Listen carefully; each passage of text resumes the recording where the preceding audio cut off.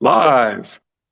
Hello, I am Old New Dude, and my co-host is Richard York, Asher's trueborn son. as normal. Game of Thrones, Eddard 4.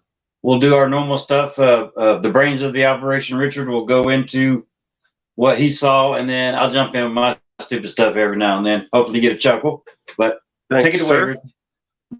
No problem. Eddard Stark rode through the towering bronze doors of the Red Keep, sore, tired, hungry, and irritable. He was still a horse, dreaming of a long hot soak, a roast fowl, and a feather bed, when the king's steward told him that Grand Maester Pycelle had convened an urgent meeting of the small council. The honor of the hand's presence was requested as soon as it was convenient. "It will be convenient on the morrow," Ned snapped as he dismounted. The steward bowed very low. "I shall give the councillors your regrets, my lord." "No, damn it," Ned said. "It would not do to offend the council before he'd even begun. I will see them. Pray give me a few moments to change into something more presentable." So some people think Ned should have flexed his muscles, but in my opinion, politics is about people and relationships, and I like him trying to start off with respect. And the council's not trying to flex their muscles either. Some people think that Pycelle is like bullying Ned here. That's not true at all. Robert specifically commanded Pycelle to convene the council at once, which we're going to see later on in this chapter. Well, I mean, he said, "I have to remind myself I'm no longer in Winterfell with only the king above me." Well, actually, even in Winterfell, he had the hand of the king and the king above him. And now he just moved up one spot. So, I mean, he's no longer. I mean, I understand why people say they want him to flex his muscles a little bit. But I agree with you. I think it's kind of better to go in slowly. But he still needs to remember that he's actually more important than he used to be. Right. And that is true. But in my opinion, when you're starting an organization like this, you've got to build relationships, and that starts off with showing some basic respect to people. Yeah. Even if you already got a bad opinion, which he does, you still want to walk in there and be somewhat courteous. Yeah. We're about to get. We're like two quotes away from his comment about the person he likes the least. But anyway, there you go. And a pair of Valyrian sphinxes flanked the door, eyes of polished garnet smoldering in black marble faces. So I've tried not to go too much into the carpet because it brings up the swamp. I don't know if you noticed that part. Yeah. But I'm always looking for clues about sphinxes. He said the sphinx was the riddle, not the Riddler, whatever that meant, right? So I'm always looking for sphinxes. So I don't think anybody likes my idea about that riddle. What's your idea about the riddle? Alaris is actually the swap baby Aegon Targaryen. Okay. No, I don't think I like that. Yeah, I told you nobody likes mine. The counselor Ned liked least, the eunuch Varys, accosted him the moment he entered. So, given the role that Varys has, it makes sense that, and his reputation for being a spy and dishonorable, it makes sense that Ned would like him the least. He's also the one that arguably prevented Rhaegar from taking over, right? So there's multiple reasons why, without Varys knowing something, Ned would feel this way.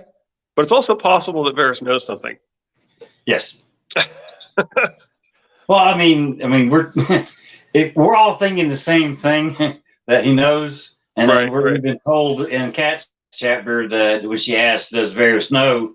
the sentence gets stopped. Damn it! And then Varys knows everything. Like, yeah, Varys knows that we're all thinking that no is about Jon, right? Or Ned being a bigamist or something, right? Right, or. I mean, the truth about Dany. There's several different things in that category that Varys could know. Right. That has a bad taste in his mouth from Varys. And it's us, so our best guess should be triplet Targaryens. There you go. That one we agree on completely. A poor copy, Renly said with a shrug. I think Renly understands image and politics better than either of his brothers. Yes. I didn't put down everything here, but Yeah. if you look at it, he even gets the better of Littlefinger in their little exchange about fashion and so forth. So, Yes. He eyed Ned with a smile on his lips that bordered on insolence. So, Littlefinger, he does a lot of things that are reckless on the verge of getting himself killed.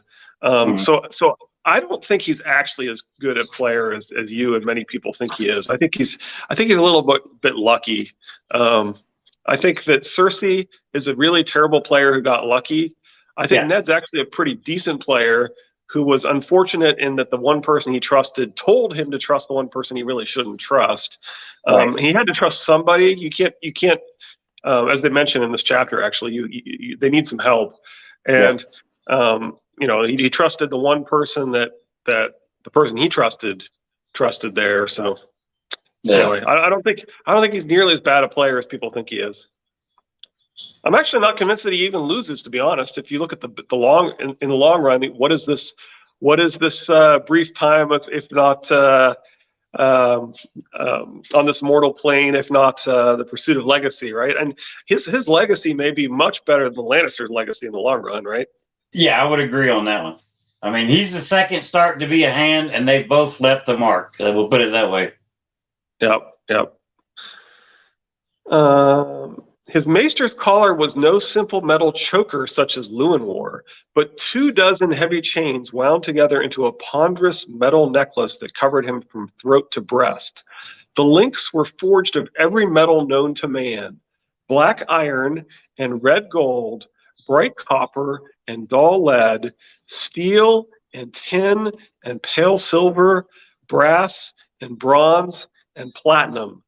That's like 10 right there, right? Right. So 7 links is just a bachelor's degree, apparently. Well, you notice he doesn't say Valyrian steel. True. Yeah. So in some ways, Lewin is more advanced in what we as the readers realize might be the most important thing to study, right? Right. I am surrounded by flatterers and fools, the king had insisted.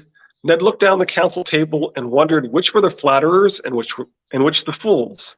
He thought he knew already. I'm not sure any of them are fools. Many of them like to pretend to be less knowledgeable than they are, especially Pycelle. Yeah. I guess if Barristan were here, then maybe he would qualify as a fool because he's deliberately naive about the politics and things. He doesn't want to do anything that's dishonorable. Yeah, he can't play the game. He doesn't know the double talk or any of that.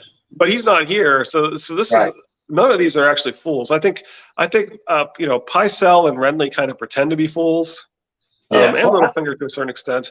But I think Ned thinks Littlefinger is the fool. Yeah.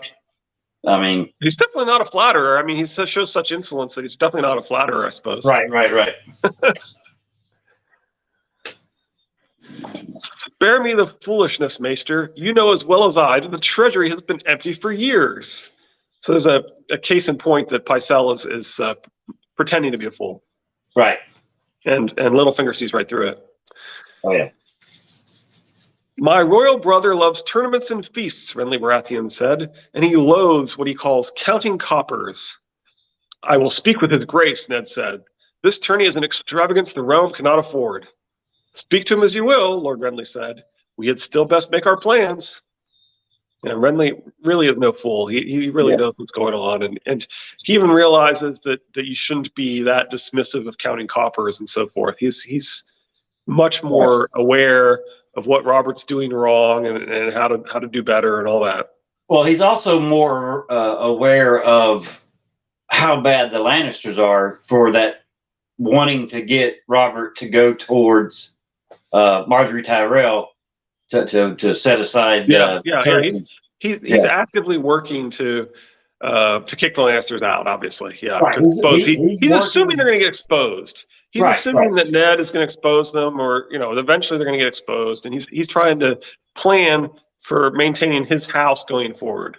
Right. He's strengthening the base of House Baratheon and King Robert. I mean, I know later he I mean, I understand why he didn't want Stannis to be king. Yeah, Stannis is going to kill the people that the realm depends upon. He's unacceptable to the faith. He's unacceptable to the counselors. He's unacceptable to the lords. We see him burn Sunglass for just holding the faith of the Seven. I mean, he's not an acceptable option. He literally does the things that Ares does. He That's what I was getting ready to say. He denies the champion and turns to his fire sorcerer advisor to use the fire sorcerer magic to kill the person that should have a champion, for example, right? He's closer to the Mad King than he is to Robert, without a doubt. Yeah, and so Renly is echoing that, right? Right. Renly is echoing Robert. He's saying, no, this person's unacceptable to the lords of the realm. I need to depose him, right? Right. We got off there a little bit. Yeah. So another day, Ned said, perhaps too sharply from the looks they gave him. He would have to remember that he was no longer in Winterfell, where only the king stood higher. Here he was but first among equals. Forgive me, my lords, he said in a softer tone. I'm tired. Let us call a halt for today and resume when we are fresher. He did not ask for their consent, but stood abruptly, nodded at them all, and made for the door. So Ned inadvertently disrespected them. He immediately read the room. He correctly showed respect. He still exercised his power, dismissing them without even waiting, right? Right. I think this is well done. Yeah.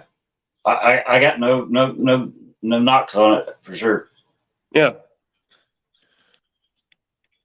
He might be hours behind, but he would still be here too soon for Ned's liking. He had only to look at Sansa's face to feel the rage twisting inside him once again.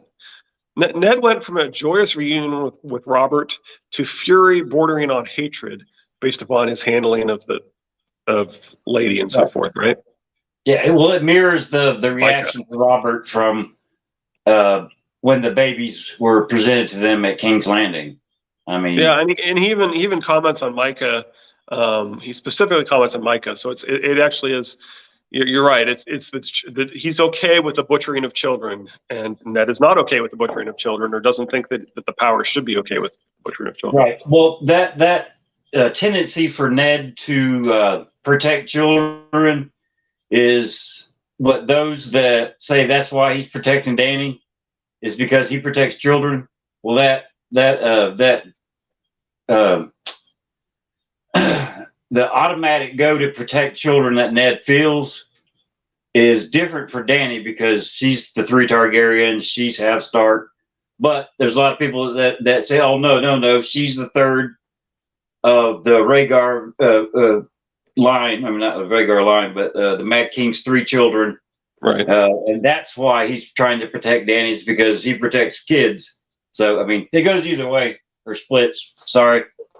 No, you're right. I mean, it does seem extreme the way he resigns there, right? And he doesn't resign over the killing of Micah, but he does resign over the fact that they're going to try and kill Dany, right? So it feels like there's more of a connection there. And some people will say, well, that's because he identifies with the Targaryens because he's protecting Jon and so forth. And it's like, yeah, okay, sure. They're going to make their theory fit the evidence no matter what, right?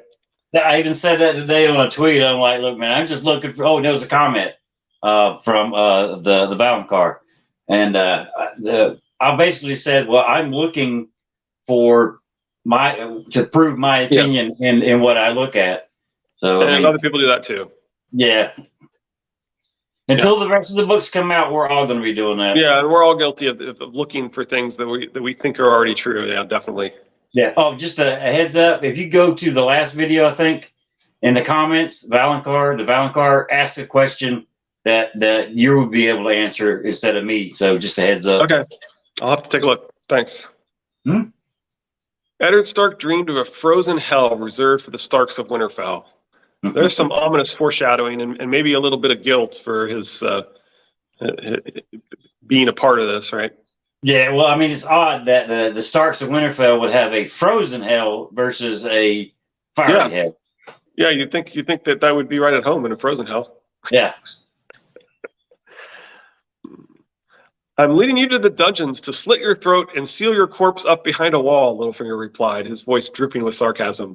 We have no time for this, Stark. Your wife awaits. Pretty much, he's pretty much doing what he says he's doing there. He's kind of leading him through the dungeons to get his throat cut along with the rest of his neck.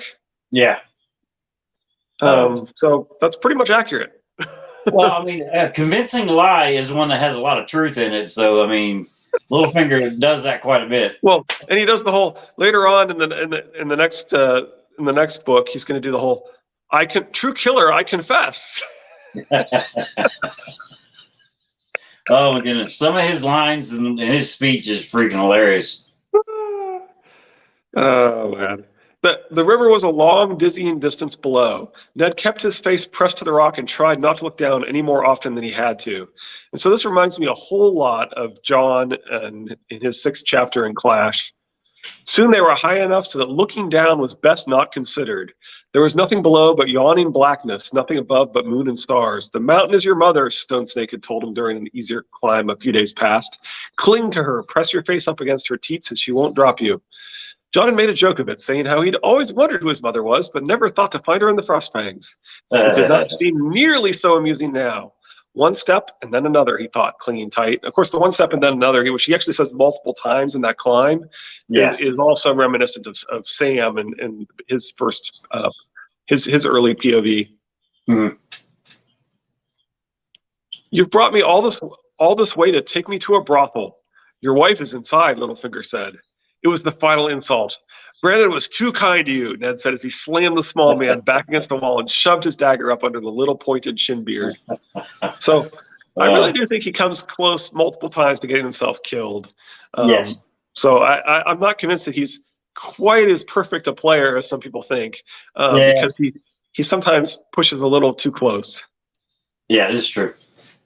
Well, I mean, I won't do it. I'm not going down a rabbit hole. We'll keep going. Yeah. Your argument is, well, maybe he's got the same omniscience as Bran, and so he knows he can get away with these things and so forth. But I get it. I was going to go one step further, but I'll stop. Oh, even further than that? Yeah. The three-eyed crow that's controlling Littlefinger. Oh, okay. My lord, no, an urgent voice called out. He speaks the truth. There were footsteps behind him. Ned spun, knife in hand, as an old white-haired man hurried toward them. He was dressed in brown rough spun, and the soft flesh under his chin wobbled as he ran. This is no business of yours, Ned began. Then, suddenly, the recognition came. He lowered the dagger, astonished. Sir Roderick? A little hair added or removed can make one unrecognizable. And if it has been since Robert's rebellion, as with Jason Mallister and Cat, even the hair is unnecessary. Right. Well, I mean, even the dress, rough spawn. I mean, it's not. Yeah. It's. He doesn't look like an anointed knight here, right? Right. What was it that Jon had said when they found the pups in the snow? Your children were meant to have these pups, my lord. And he had killed Sansa's. And for what? Was it guilt he was feeling? Or fear? If the gods had sent these wolves, what folly had he done? You should have quit for Lady Ned. Yep. That should have been as far south as he went. Yep. If the queen had a role in this, or, gods forbid, the king himself, no, I will not believe that. So, arguably, this is a point for Illyrio Mopartes, right? And his theory that Robert is the one who had a hand in this. Yeah. But I could make the argument that by using the word king, you could be once again subtly hinting at Mance. It's true. I like that theory. I mean, I go ahead and tell you, I'm slowly swinging.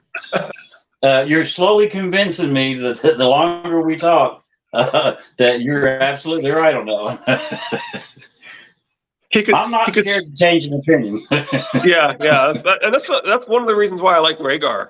Right? You know how hard it would be if your wise old uncle and you had both come to the conclusion that you were the hero of the story, for you to realize, no, my role is to father the hero of the story. That's that's a difficult place to get to from I'm the hero, like Quentin, like Quentin thinking he's the hero, right? And he can't die from the dragons and so forth, right? Getting from that to no, my role is to father the hero. It's a stretch. It's hard to do. If people have such confirmation bias, and combine that confirmation bias with changing from the central role to a side character role, that would be. I really admire that personally. Yes. He could still hear Sansa pleading, as Lyanna had pleaded once. So I assume this is referring to Promise Me pleading with Ned, and it's true that Sansa is mostly pleading with Ned. I go back and forth between Sansa and Sansa when I say her name, so I don't have a pronunciation for her. Neither do I. Well, I mean, but it almost doesn't it almost sound like he's saying Lyanna pleading with Robert the way he says that? Yes. Well, I mean, you got Sansa pleading for a wolf, and then you got Lyanna supposedly, like in the first chapter, pleading for where to put my body. But I mean, she could be pleading for 3 little half wolves. Yeah, it's hard to tell until we know. Yep. That's a rabbit hole. I'm sorry. No, I agree. I told Peter our suspicions about John Aaron's death. Calvin said he has promised to help you find the truth. Our suspicions that Peter orchestrated. That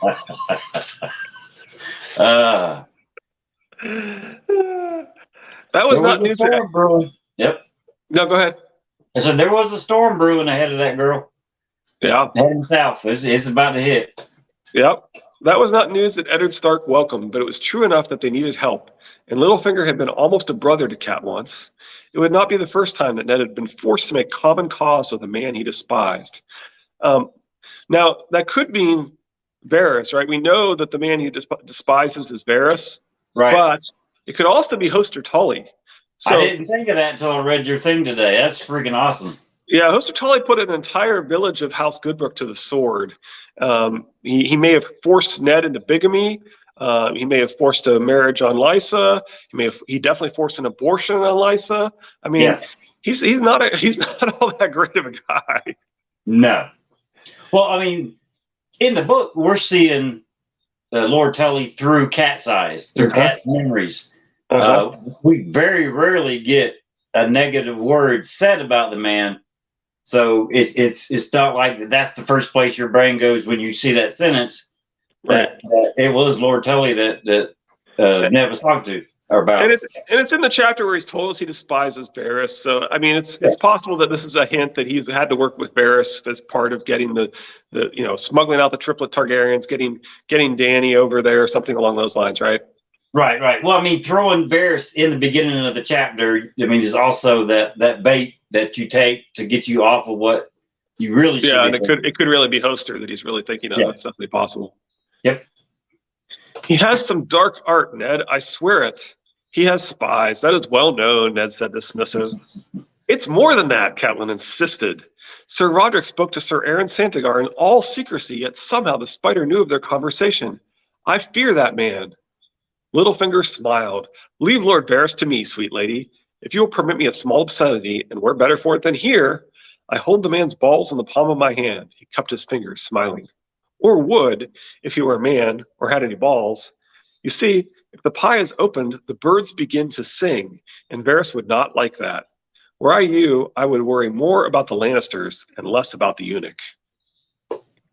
Littlefinger has the dirt, and this is probably why he can bravely get away with framing Tyrion in front of Varys, right? Right. On that, he has some dark art. There's no.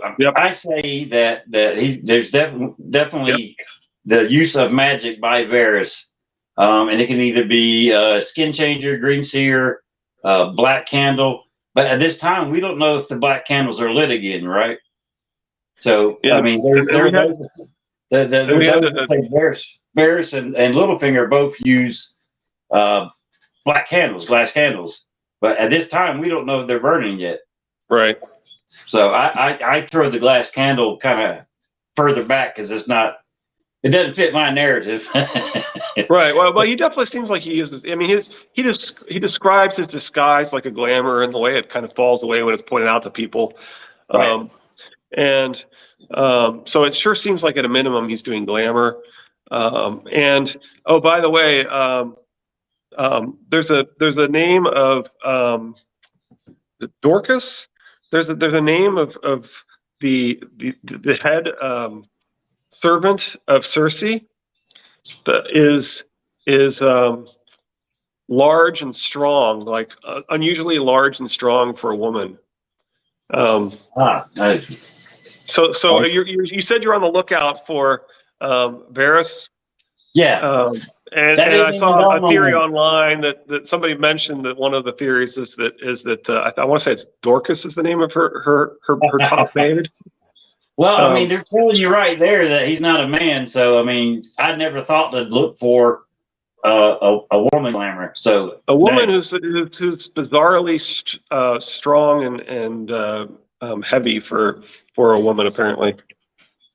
I cannot wait to look that up.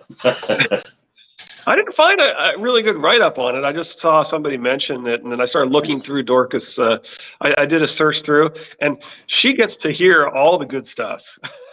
Oh my goodness, that's right up but my theory. I appreciate that heads up. Yeah. Littlefinger, we were just saying Littlefinger has the dirt, and he's confident that he can frame people in front of Varys and so forth. Yeah. The Red Keep is full of curious eyes, and children talk. And whatever you do, Arya knew what was coming next. They said it together. Don't tell Sansa. I think it's funny that the children talk. And the passageways in the Tower of the Hand are child size. So and we know that he uses little birds. His little birds are actually children.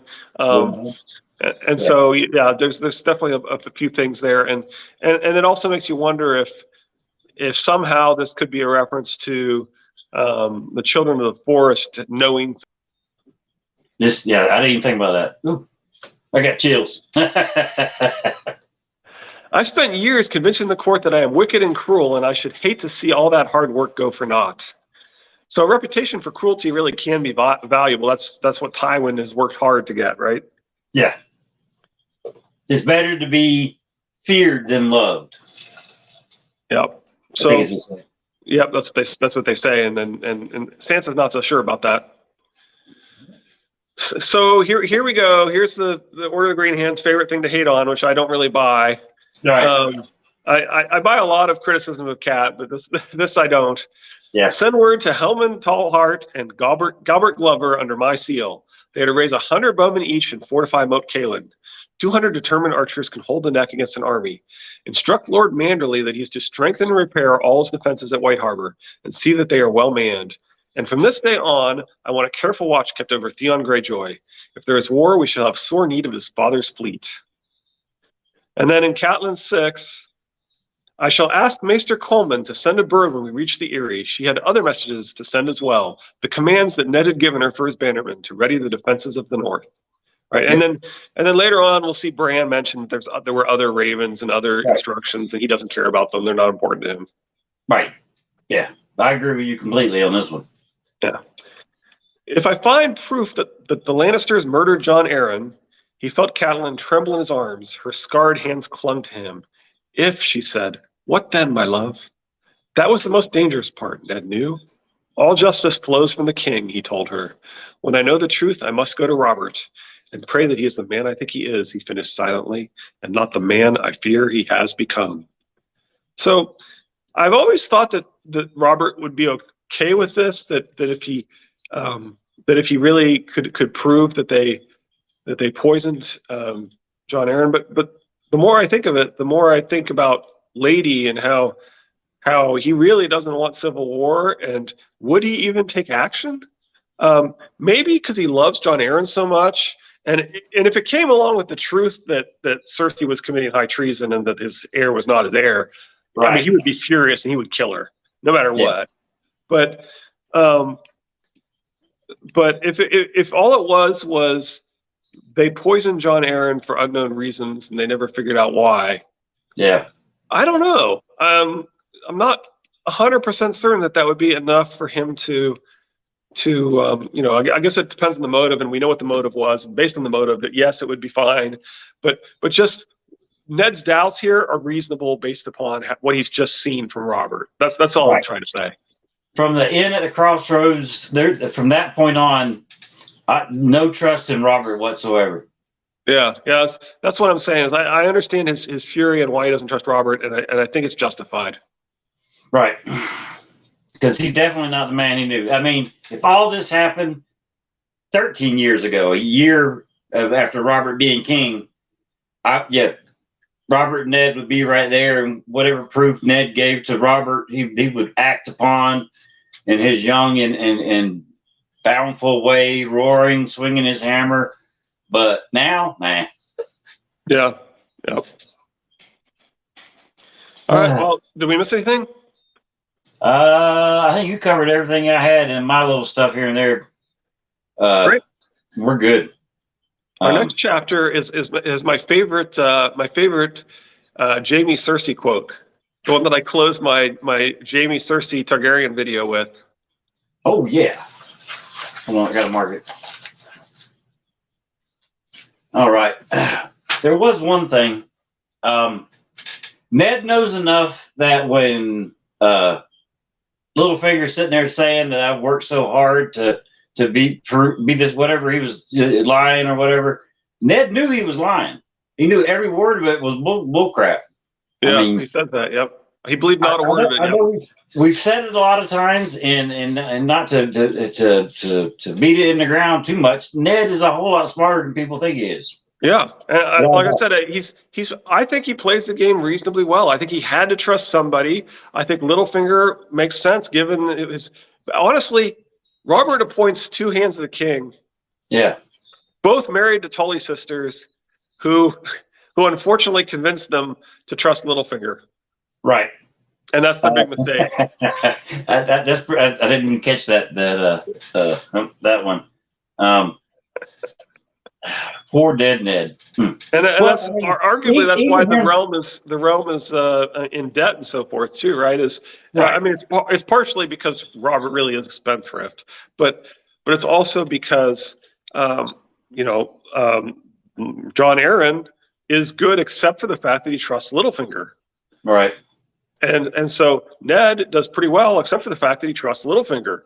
There's also that theory that John Aaron is sending money to Dorne because of what happened to Princess Ellie and her kids, because he goes down to Dorne and squashes that a little bit. And then there's a theory that he's sending money down there, and that's where Dorne gets most of their coin from. I forget what I was going to say now. Damn it. Sorry. That's okay. I'm telling you, man, it's hard to keep this brain on one thing. We'll get it. Whatever it is, it'll come to you at one of these times probably. Or and if it doesn't, then maybe it didn't factor into the story that much anyway, right? Nah, it was something off to the side. One of them little thoughts that jump in there. But yep, Tyrion's next on Friday. Sounds good. Okay. I've been Old New Dude, and he has been Richard York, Asher's trueborn son. And we will see you Friday. Thank you again to all those that are leaving comments. Have a good day. You too.